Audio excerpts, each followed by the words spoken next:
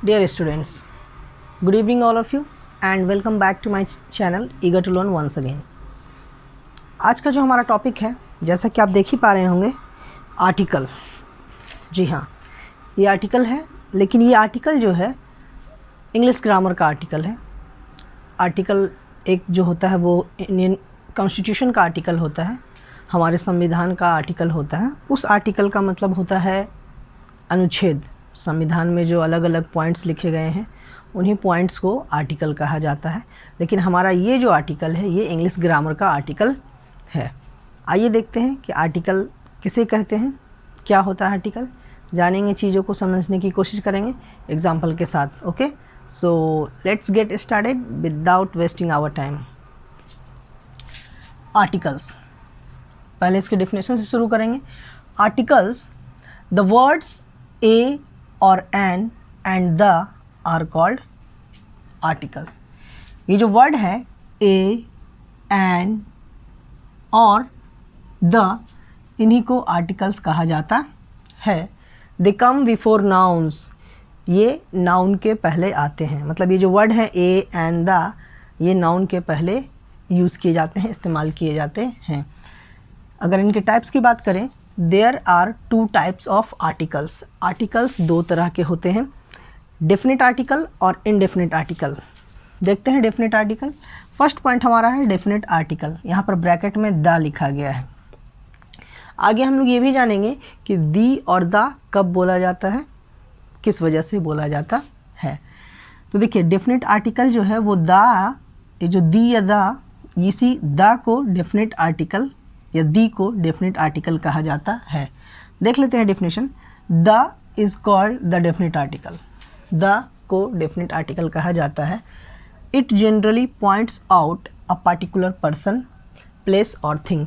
Definite article में आमतौर पर ख़ास व्यक्ति, स्थान और वस्तु के बारे में बात की जाती है, या कह सकते हैं कि किसी ख़ास व्यक्ति, वस्तु या स्थान के आगे डेफिनेट आर्टिकल का यूज़ किया जाता है, यानी कि द का यूज़ किया जाता है। ब्रैकेट में मैंने लिखा है जिसके बारे में पहले से ही जानकारी हो, किसी ऐसे चीज़, किसी ऐसे स्थान, किसी ऐसे वस्तु, किसी ऐसे व्यक्ति जिसके बारे में आपको पहले से जानकारी हो, उन्हीं के आगे द का इस्तेमाल किया जाता है या डेफिनेट आर्टिकल का इस्तेमाल किया जाता है। एक एग्ज़ाम्पल के तौर पे मैं बोलना चाहूँगा। मान लीजिए कि मैं और मेरा भाई कुछ दिन पहले एक किताब को साथ में बैठकर पढ़ रहे थे, और मान लीजिए कोई वो एक स्टोरी की बुक थी। तो मैं और मेरा भाई उसको पढ़ रहे थे। कुछ एक स्टोरी थी जिसमें वो बहुत इंटरेस्टेड स्टोरी था। लेकिन कुछ दिन के बाद हम लोग उस किताब को खोज रहे हैं और वो मिल नहीं पा रहा है। तो फिर मैं अपने भाई से कहता हूँ कि हम लोग जो उस दिन वो किताब पढ़ रहे थे वो आज मिल नहीं रही है।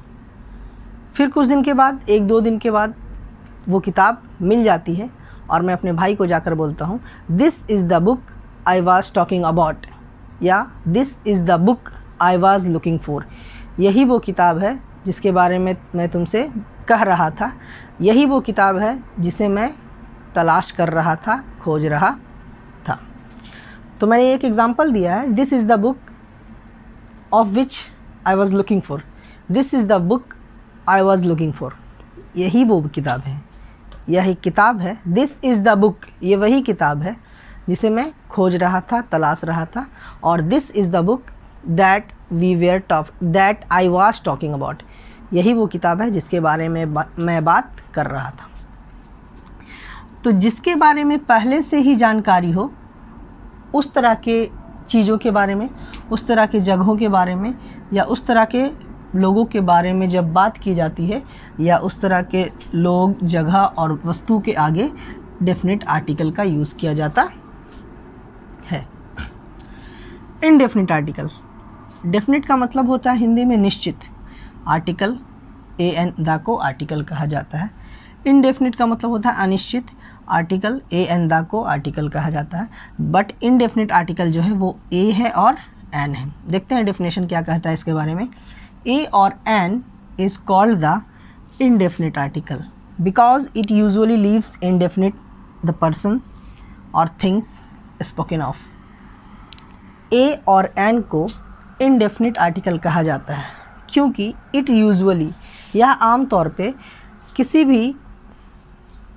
भी व्यक्ति, वस्तु को जिसके बारे में बात की जा रही है उनको क्या छोड़ देता है, लीव्स इनडेफिनिट, अनिश्चित छोड़ देता है। किसको? पर्सन को, थिंग को। जिस पर्सन के बारे में या जिस थिंग के बारे में बात की जा रही है उसको इनडेफिनिट छोड़ देता है। कौन?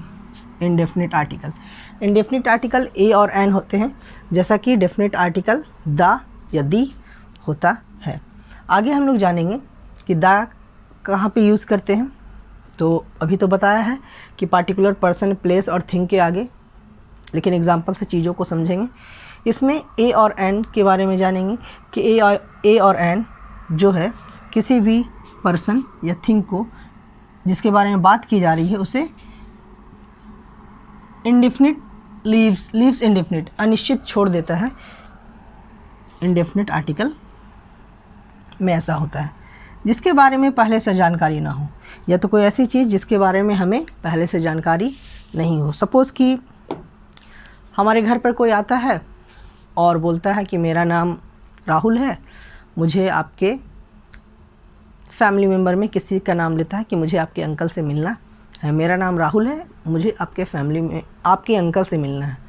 तो मैं अंदर जाता हूँ और कहता हूँ अंकल से कि ए Rahul, a Rahul is looking for you, a Rahul is on the door and he is looking for you and he wants to meet with you। तो अंकल को जाकर मैं कहता हूँ कि एक राहुल है, कोई राहुल है। यहाँ पर आ राहुल कहने का सेंस है कि वो राहुल क्या है? अननोन है। किसके लिए? मेरे अंकल के लिए और मेरे लिए भी। अगर वही वो राहुल जाना पहचाना होता तो मैं जाकर बोलता the Rahul is looking for you, the Rahul is looking for you. तो द अगर हम यूज़ कर रहे हैं तो वो डेफिनेट आर्टिकल के सेंस में यूज़ कर रहे हैं, और अगर ए या आ का यूज़ कर रहे हैं तो वो इनडेफिनिट आर्टिकल के सेंस में यूज़ कर रहे हैं, या किसी ऐसे चीज़ के बारे में जिसकी पहले से जानकारी ना हो, या किसी ऐसे वस्तु या किसी ऐसे इंसान के बारे में जो बात की जा रही है वो वस्तु या इंसान अनिश्चित है, तो ये क्या है? इनडेफिनिट आर्टिकल का यूज़ होता है। तो हमने तो यहाँ पर ए का एग्जाम्पल लेते हुए देखा है। आगे हम लोग जानेंगे कि ए और एन का यूज़ होता कब है। ठीक है, तो जैसा कि आप लोग पहले से जानते होंगे कि ए और एन, ए जो है वॉवेल है, ए वॉवेल है। ए और एन का यूज़ होता कब है? तो एन का यूज़ वॉवेल्स के पहले होता है और ए का यूज़ जो है वो कॉन्सोनेंट वर्ड्स के पहले किया जाता है। आगे देखते हैं कि वॉवेल कौन है और कॉन्सोनेंट्स कौन है। साथ ही साथ ये भी हम लोग देखेंगे कि दी और दा का यूज़ कब किया जाता है। चलिए देखते हैं।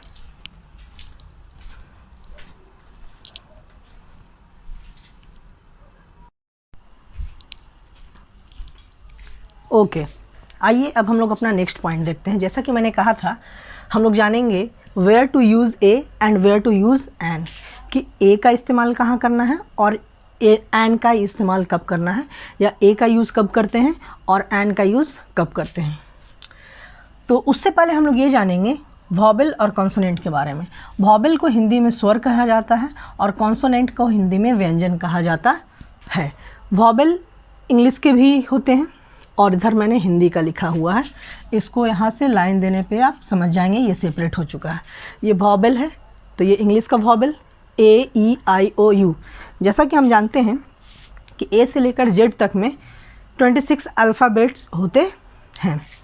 तो इन 26 में ये जो 5 है ए ई आई ओ यू, ये वॉवेल है, और जो कॉन्सोनेंट है तो ए ई आई ओ यू को छोड़कर जो 21 बचते हैं B C D F G H J K L M M N P Q R S T V W X Y Z, ये इंग्लिश के कॉन्सोनेंट्स हो गए। इस तरह भी आप देख पा रहे होंगे ये स्वर वर्ण हैं, ये वॉवेल्स हैं, ये हिंदी वर्णमाला के हैं, और ये कॉन्सोनेंट है ये भी हिंदी वर्णमाला के ही हैं। अब हम लोग देखेंगे एन का इस्तेमाल कब करते हैं। If the next word starts with a vowel sound, याद रखेंगे। ये जो यहाँ पर जो गौर करने वाली बात है, यहाँ पे लिखा गया है कि if the next word starts with a vowel sound, not vowel word, not vowel alphabet. मतलब साउंड लिखने से ये क्लियर हो जा रहा है, अभी तक अगर आप जानते हैं कि ए ई आई ओ यू से आने वाला कोई वर्ड शुरू हो रहा है तो उसके आगे एन लगाएंगे, तो ऐसा सिर्फ ऐसा बिल्कुल नहीं है, सिर्फ ऐसा बिल्कुल नहीं है। इसीलिए वर्ड्स को गौर किया कीजिए, क्योंकि उसका एक मीनिंग होता है। If the next word starts with a vowel sound, vowel alphabet नहीं है, वॉवेल वर्ड्स नहीं है, वॉवेल साउंड कहा गया है, तो हमेशा याद रखेंगे साउंड मतलब होता है आवाज़, ध्वनि। आगे एग्जाम्पल के थ्रू से हम लोग उन चीज़ों को समझेंगे, उसका जिक्र किया जाएगा। ए की बात की जाए कि ए कब यूज़ होता है, if the next word starts with a consonant sound, यहाँ पर भी साउंड ही है, यहाँ पर भी साउंड ही है। तो इन दोनों का जो है मेन खेल होने वाला है कि देखिए साउंड पे जाना है हमें सिर्फ वर्ड्स को माइंड में नहीं रखना है। बहुत सारे देखिए क्लास के अकॉर्डिंग बच्चों को सिखाया जाता है, जो उनका क्लास है उसके अकॉर्डिंग उनको नॉलेज दी जाती है। तो अगर आप बिगिनर नहीं हैं, उससे ज़्यादा जानना चाहते हैं, तो यही जान लीजिए कि सिर्फ ए ई आई ओ यू के आगे, ए ई आई ओ यू से शुरू होने वाले वर्ड्स के आगे सिर्फ एन नहीं लगता है, और भी बहुत सारे वर्ड हैं जो मैंने कुछ एग्जांपल्स लिए हुए हैं, मैं इसका रीज़न आपको ज़रूर बताऊंगा। तो अभी हमने जाना कि एन का यूज़ कब होता है, तो उस शब्द के पहले जो वॉवेल साउंड से शुरू होता है। ए का यूज़ कब होता है, अगर अगला शब्द शुरू होता है कॉन्सोनेंट साउंड के साथ, तो हमें ए का यूज़ करना है। कुछ एग्जांपल देख लेते हैं। यू, आप यू को कहाँ देख रहे हैं, वॉवेल वाले एरिया में देख रहे हैं, वॉवेल के कॉलम में देख रहे हैं। तो यू के ए यूनिवर्सिटी के आगे ए होना चाहिए या एन होना चाहिए। तो आप एक बेसिक सी नॉलेज अगर रखते हैं कि ए ई आई ओ यू जो है वॉवेल है, तो इसके आगे एन होना चाहिए, लेकिन यूनिवर्सिटी के आगे एन देना गलत हो जाएगा। अब इसको स्किप करके नहीं चलेंगे, जानेंगे। यू जो है वो हिंदी के वर्णमाला या में ऊ की मात्रा जुड़ने से वो यू बनता है। तो यहाँ हिंदी वर्णमाला से इसको जोड़कर देखा जाता है कि ये या शब्द से बना है, या रा होता है ना, तो ये या से बना हुआ है। और या को आप कहाँ देखते हैं, तो या को आप व्यंजन वाले कॉलम में देखते हैं, या वो या जो है वो व्यंजन है, वो वो स्वर नहीं है। स्वर बोलना सही नहीं होगा, अगर तलब सा रहेगा तब स्वर बोलेंगे। आधा सा है और वो ये सा है, मूर्धन्य सा इसको बोलते हैं शायद, तो स्वर। तो या जो है वो व्यंजन है, तो या यू जो है या से बनता है, तो या का आवाज़ आ रहा है। इसके अकॉर्डिंग आप देखेंगे तो वॉवेल साउंड इसका या आ रहा है, या। तो या जो है वॉवेल नहीं है, वो क्या है, कॉन्सोनेंट है, इसीलिए ए यूनिवर्सिटी कहते हैं। अगला हमारा वर्ड है एन आवर। यहाँ पे फिर आप वही सोच रहे होंगे कि एच से शुरू होता है, तो इसके आगे एच जो है किस में आता है, कॉन्सोनेंट में आता है, तो ए आवर होना चाहिए। पहली बात तो कि आवर है तो इसको हम एच साइलेंट मानकर आवर पढ़ते हैं, आवर। और आवर में जो हमारा अगला जो शब्द, अगला जो वो वर्णमाला, वो अल्फ़ाबेट आ रहा है, वो आ का आ रहा है। और आ आप यहाँ देखेंगे कि कहाँ है, वो वॉवेल के एरिया में है। तो इस सेंस में देखा जाए तो ये एन आवर सही है। और इस सेंस से अगर देखा जाए कि एच साइलेंट है तो ओ से पढ़ रहे हैं, तो ओ वॉवेल आता है। उस दो रीज़न है, जो दो जेन्युइन रीज़न है जिसके वजह से आप hour H O U R के आगे एन का यूज़ करते हैं। पहला रीज़न ये है कि इसको आवर पढ़ते हैं तो आ रहा है, आ क्या है, आ वॉवेल है, तो एन लिख देंगे। और अगर एच साइलेंट के सेंस में अगर जाते हैं तो भी इसको ओ से पढ़ते हैं, ओ यू आर आवर, उस सेंस में भी इसके आगे एन ही होना चाहिए। ए बॉय, तो ये आप बोल रहे हैं कि हाँ ठीक है, इसमें आपको कोई प्रॉब्लम नहीं होना चाहिए, होना भी नहीं चाहिए और है भी नहीं। तो बा से साउंड होता है बॉय। बा को आप कहाँ देखेंगे, पा फा बा, किस में है, वो कॉन्सोनेंट वाले कॉलम में है। एन ऑनेस्ट, ऑनेस्ट में ऑनेस्ट ओ की आवाज़ आ रही है, और ओ जो है आप उसको ओ जो है आ से बना होता है। ओ क्या चीज़ से बना होता है? आ से बना होता है।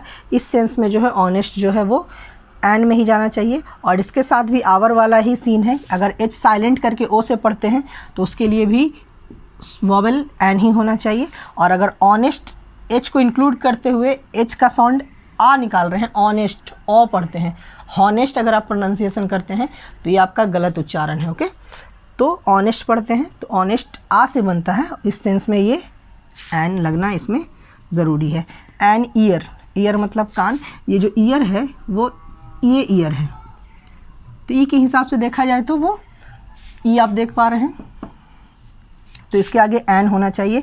और ये जो ईयर है ये वा से प्रोनाउंस, या में ई लगाने के बाद जो ई होता है वो ये वाला ईयर है, तो इसीलिए ये या से बनने के कारण या जो है आपको वो व्यंजन वाले कॉलम में दिख रहा है। An M L A. अब बोलिए कि यहाँ पर एम का क्या लॉजिक है? एम का लॉजिक ये है, हिंदी में अगर आइएगा तो ये एम है, M L A, sorry Hindi का ए, हमें तो एम देखना है ना, तो एम में ए से शुरू हो रहा है। ए आपको कहाँ मिलेगा? वो वॉवेल में मिलेगा, इसलिए ये एन एम एल ए होना चाहिए। यूनियन के लिए भी आपको इसमें कोई परेशानी नहीं होनी चाहिए। यूनियन जो है यू से है, तो यू के लिए या का साउंड आ रहा है, या आपको कहाँ मिल जाएगा? वो व्यंजन वाले कॉलम में,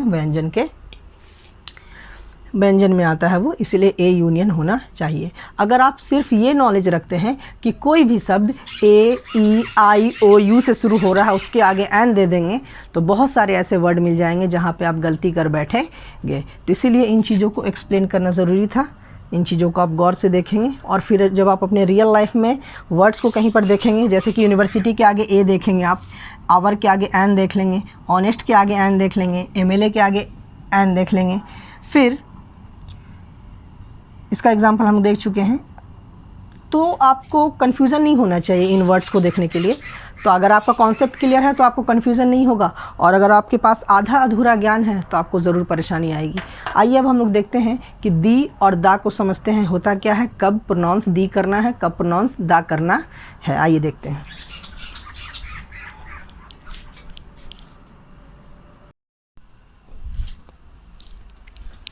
ओके, तो आइए देखते हैं where to pronounce the, sorry the and where to pronounce the.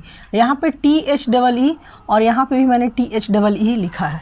यहाँ पे डबल ई देखने के बाद आपको घबराने की ज़रूरत नहीं है, ये दी के सेंस में लिखा गया है। स्पेलिंग जो है दी हो या दा हो, होता यही है THE, चाहे आप दी बोलते हो या दा बोलते हो। लेकिन यहाँ पर समझाने के लिए, और मैंने बहुत सारे जगहों पर THEE भी देखा है, जब आप हायर लेवल पे जब ग्रामर आप पढ़ेंगे तो आपको THEE भी देखने के लिए मिल सकता है। खैर यहाँ पे अभी हम लोग जानेंगे कहाँ पर प्रोनाउंस करना है दा एंड वेयर टू प्रोनाउंस दी।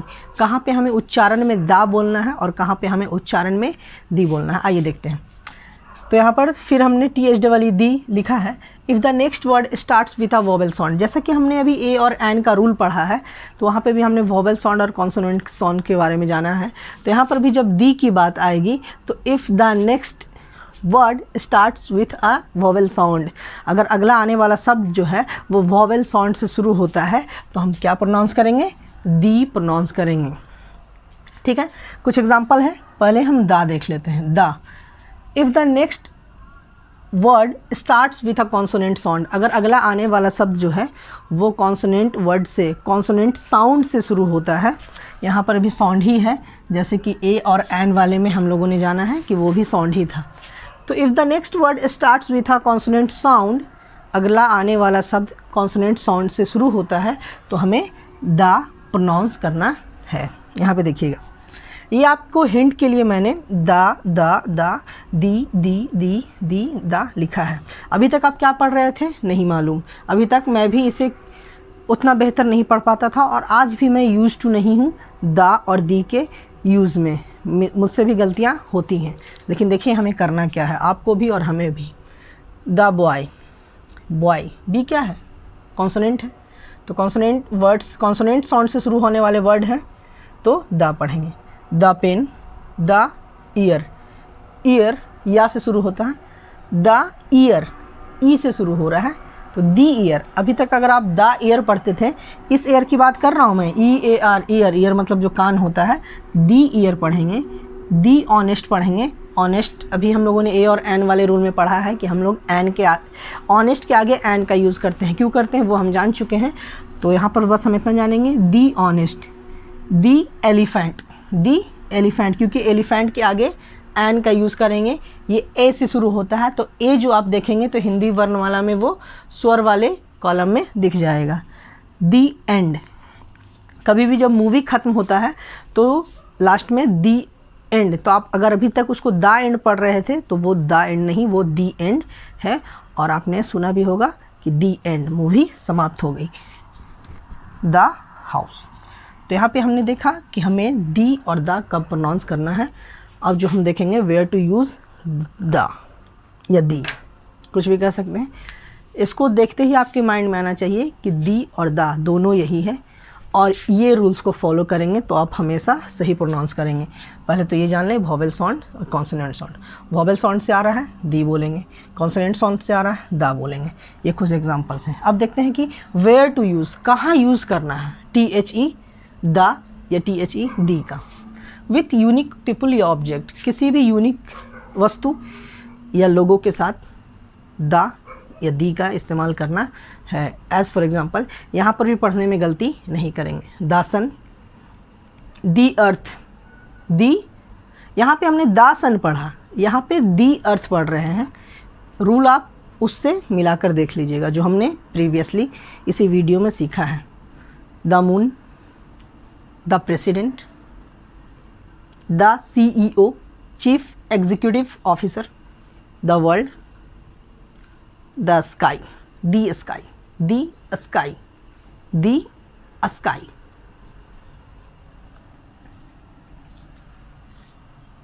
तो ये जो कुछ वर्ड्स थे पीपल और ऑब्जेक्ट के बारे में थे, इसके आगे हम लोग दी या दा का यूज़ करते हैं। With adjectives referring to a whole group of people, लोगों का जो समूह होता है उसके इस तरह के जो वर्ड हम लोग यूज़ करते हैं ग्रुप वर्ड्स, तो उसके आगे हम लोग दा का यूज़ या दी का यूज़ करते हैं। जैसे कि क्या है, दी ओल्ड, द ओल्ड, ओ उसमें था, याद कीजिए, आई थिंक कि उसमें नहीं है। एन ओल्ड होता है ना, तो वॉवेल साउंड है तो दी, हाँ तो the old, the young, the rich, the poor, etc। With famous buildings, museums and monuments, ये जो प्रसिद्ध इमारतें होती हैं, फेमस जो बिल्डिंग होती है, मोन्यूमेंट्स, म्यूजियम, संग्रहालय, मोन्यूमेंट्स मतलब वो जो ऐतिहासिक इमारतें होती हैं उन सब के आगे दी और दा का यूज़ किया जाता है। The Taj Mahal, the Qutub Minar, the Lal Qila, the Eiffel tower, the Eiffel tower, इसको ये वॉवेल का वर्ड है तो the Eiffel tower, the globe, etc। हमारा एक और पॉइंट है with superlative degrees of an adjective. Adjective का जो सुपरलेटिव डिग्री होता है, जैसे कि एक नॉर्मल वर्ड होता है हाई, तो उसका comparative higher, superlative highest, the highest, the most, the lowest, the youngest, the oldest, the nearest, etc। Superlative आप जानते हैं, highest, oldest, nearest, most, lowest, youngest, ये जो सुपरलेटिव एडजेक्टिव्स हैं, जो विशेषताएं बताता हो उसको एडजेक्टिव कहते हैं। तो इस तरह के वर्ड्स के आगे जो है दी या दा का यूज़ करते हैं। अभी वेयर टू यूज़ दा में और भी पॉइंट्स हैं, आइए देखते हैं।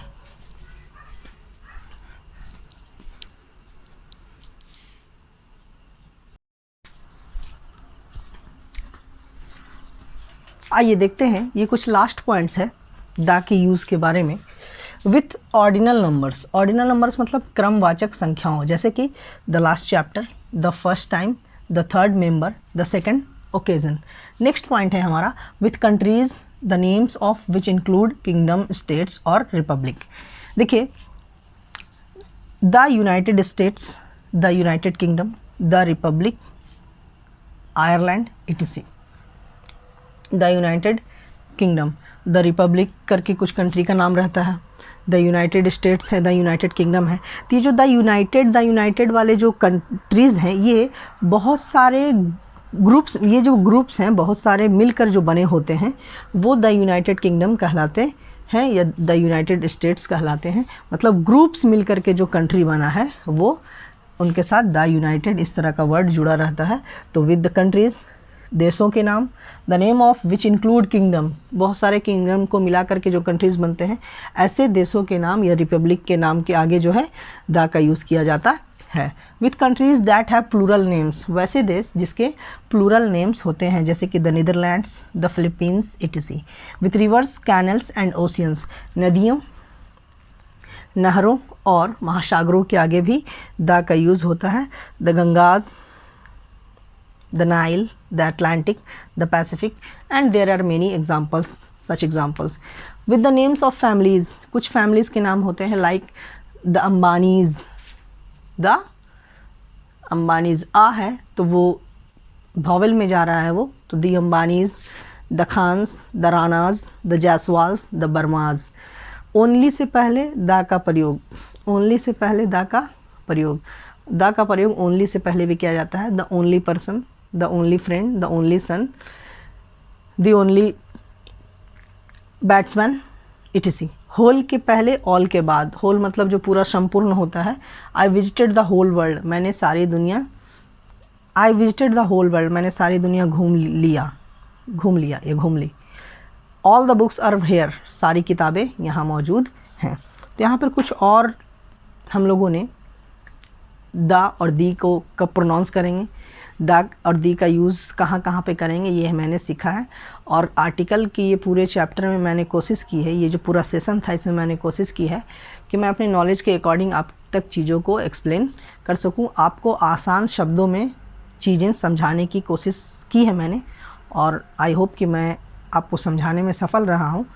तो if you like my video then please share with your friends, family members, and if you are already my subscriber then thank you very much to all of you and help me to grow my channel. And in this video आज के लिए इतना ही। Thank you very much to all of you.